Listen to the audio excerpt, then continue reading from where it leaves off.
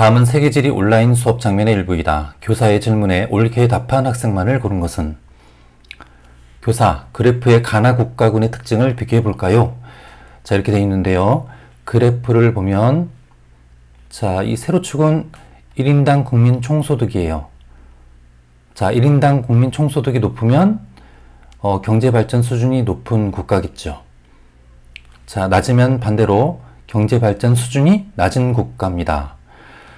가로축은 합계 출산율입니다. 합계 출산율은 개발도상국, 그리고 다른 말로 경제발전 수준이 낮은 국가, 그런 국가일수록 대체로 높게 나타납니다. 자, 그리고 반대로 합계 출산율이 낮다면 대체로 선진국입니다. 선진국. 경제발전 수준이 높은 국가.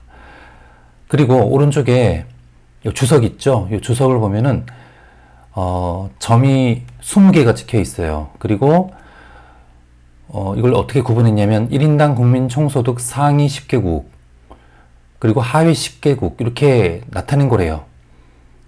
이 왼쪽의 그래프 상위 10개국은 바로 그러면 여기 위에 떠 있는 이 가가 바로 상위 10개국이 되는 겁니다. 상위. 그리고 자, 10개국. 반대로 하위 10개국은 요 세로축의 요 아래쪽, 요 나, 요게 바로 하위 10개국이 됩니다. 뚜렷하게 구분되죠. 하위 10개국이니까 1인당 국민 총소득이 세계에서 가장 낮은 10개 국가가 이렇게 줄지어 찍혀 있는 겁니다. 그리고 합계 출산율은 확연하게 가와 나가 차이가 크게 나죠. 자, 경제발전 수준이 높은 상위 10개국은 합계 출산율이 2 미만이죠. 네, 이 점의 위치상 2 미만입니다. 10개 나라 모두 1과 2 사이에 다 있네요. 가로축을 이렇게 이제 폭을 보면요.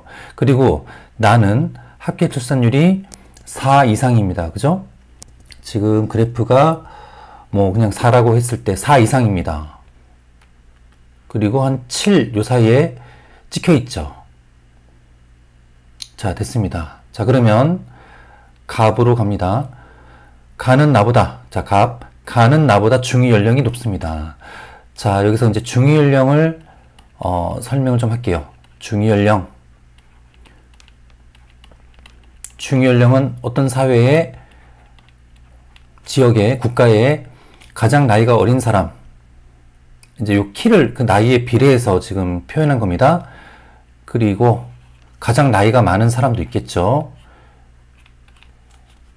가장 나이가 어린 사람부터 가장 나이가 많은 사람까지 줄을 세웠을 때 요렇게 이제 세워지는데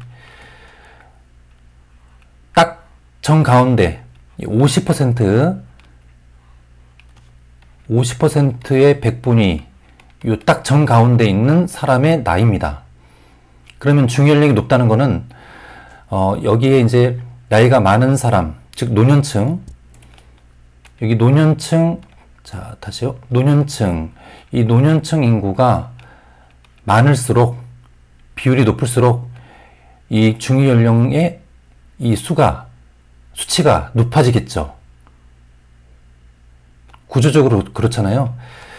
그래서 이거는 대체로 선진국이 높게 나타납니다. 개발도상국보다는. 자, 이렇게 보면 되고, 반대로 개발도상국은 중위연령이 낮겠죠. 자, 그런데 다시 갑으로 가면, 자, 선진국인 가는 나보다 중위연령이 높습니다 라고 했기 때문에 갑은 옳은 내용을 얘기한 겁니다. 됐죠? 그 다음에 을, 가는 나보다 유소년 인구 부양비가 높습니다. 자, 이거는 유소년 인구 부양비를 여기다가 또 설명하겠습니다. 유소년 인구 부양비는 일단 공식은 이렇게 됩니다. 청장년층 인구분의 유소년층 인구를 구해서 여기다 100을 곱한 거예요. 자, 어떤 지역, 어떤 국가에 청장년층 인구가 얼마가 있을 텐데 거기에 대한 유소년층 인구의 비율입니다. 요거는 청장년층은 경제활동을 하는 인구라고 보면 돼요. 그리고 유소년층 인구는 경제활동을 하지 못하고 부양을 받는, 즉 피부양층입니다. 그래서 돈을 버는, 일을 하는 청장년층이 돈을 벌지 않고 부양만 받는, 부양을 받는 유소년층을 이렇게 부양하는 비율, 이렇게 보면 돼요. 그러면 자, 이 값이 높다 낮다는 이 분자값 그리고 분모값으로 결정이 되겠죠. 그래서 유소년층 인구 비율이 높으면 청장년층 인구 비율이 낮으면 이게 높은 값을 갖게 됩니다. 그런데 자, 여기 보면은 선진국은 유소년층 인구가 매우 적겠죠. 그리고 그 안에서 유소년층 인구 비율도 낮겠죠. 자, 반면에 개발도상국은 유소년층 인구 비율이 높거나 유소년층 인구 수가 많겠죠. 자, 여기에 들어가는 수치들은 절대값이 들어갈 수도 있고 그 안에서의 비율도 들어갈 수 있는 겁니다. 자, 지우고요. 그래서 자, 다시 이쪽으로 가세요. 선진국은 여기 하위 10개국 개발도상국보다 유소년 인구 부양비가 높습니다. 이거 맞을까요? 선진국은 유소년 인구 비율이 적잖아요. 그러면 대체로 낮을 겁니다. 그리고 이 두 국가군은 확연하게 이건 완전히 뚜렷한 선진국이고요.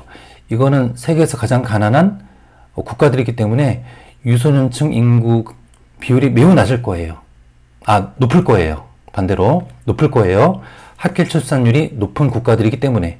그래서 을은 틀렸습니다. 됐죠? 나가 더 높아요.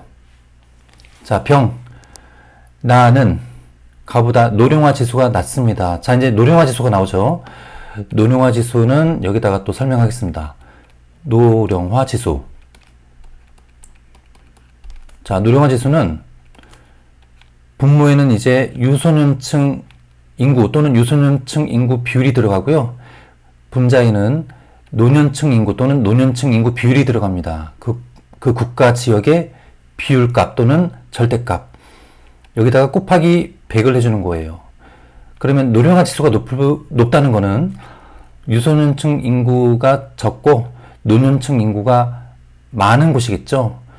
그러니까 이거는 선진국. 자, 선진국일수록 대체로 높을 것이다. 높다. 이렇게 이제 생각하면 되겠죠. 아까 이제 요거 적지 않았는데요. 자, 적지 않았는데 이왕 적으니까 적어볼게요. 이거는 개발도상국, 개도국이라고 하겠습니다. 개도국일수록 높다. 대체로 이렇게 보면 되겠습니다. 자, 노년층 인구 비율이 높은 그리고 유소년층 인구 비율이 낮은 그런 선진국이 노령화 지수가 높아요. 자, 그럼 왼쪽으로 와서 나는 가보다 노령화 지수가 낮습니다. 이거 맞죠? 그럼 맞고요. 나는 가보다 3차 산업 종사자 비율이 높습니다. 3차 산업은 서비스업을 얘기하죠. 자, 경제발전 수준이 높은 선진국일수록, 자, 이건 여기다 쓸게요. 선진국일수록 대체로 종사자 비율이 높아요. 그런데 나는 개발도상국이니까 반대로 얘기했네요. 정은 틀린 내용을 얘기한 겁니다. 이걸 종합하면 따라서 갑과 병 2번이 답이 되겠습니다.